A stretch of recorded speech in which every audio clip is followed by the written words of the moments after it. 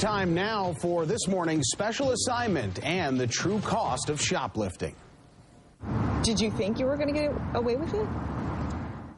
Honestly, yes.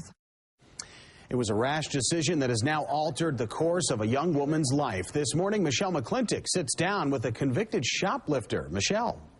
Well, Kim is a college student studying engineering. She was on the right path until a recent quick decision changed the course of her life. You see it on the news all the time. Police want us to show you a crime caught on camera in West Seneca. Often called the silent crime, shoplifting is one of the biggest problems for local suburban law enforcement. Shoplifting is a very difficult crime to detect. 900 shoplifting cases were investigated last year in Cheektowaga alone. Police often turn to the news to get the pictures and video of the suspects out to the public, but they can't catch them all. I know that there's a lot more to it than what we even know about. The Union Road Strip and the Walden Galleria keep authorities busy. Mall management declined to do an interview with us or talk about the issue of shoplifting, but police tell us they respond to roughly 20 shoplifting calls a week right here in Cheektowaga. Typically, someone shoplifts nearly 40 times before ending up in the court system. You heard it right. A shoplifter does it on average 40 times before getting caught.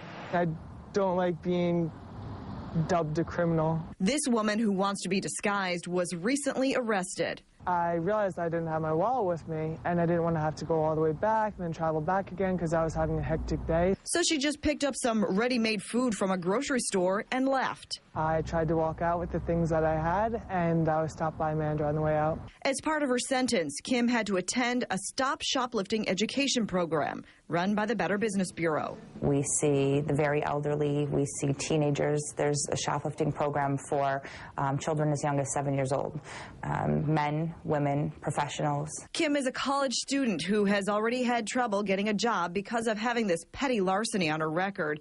And because of what she did and others like her, we're all paying more. Shoplifting costs retailers $25 million a day, and those losses have to be made up somewhere. It's not exactly a victimless crime. The victim is the retailer, the courts who need to spend the time to prosecute the shoplifter, the police officers who could be doing something else. It is not worth the trouble. And employee theft is one of the biggest problems. 1 in 3 small businesses will close because of employees stealing from their companies, and they just can't make up those costs. Affects everybody. It certainly does. Now, Kim is obviously not the only one facing this petty larceny charge. What would the charges be, and then what would a sentencing be? Well, if the items stolen were less than $1,000, it's a misdemeanor. It could be punishable by up to a year in jail. And a lot of judges recently are sentencing these shoplifters to this Stop Shoplifting education program because they can get it off the record then. It just doesn't pay. It certainly doesn't. Really change your life. All right. Thank you very much, Michelle. Well, check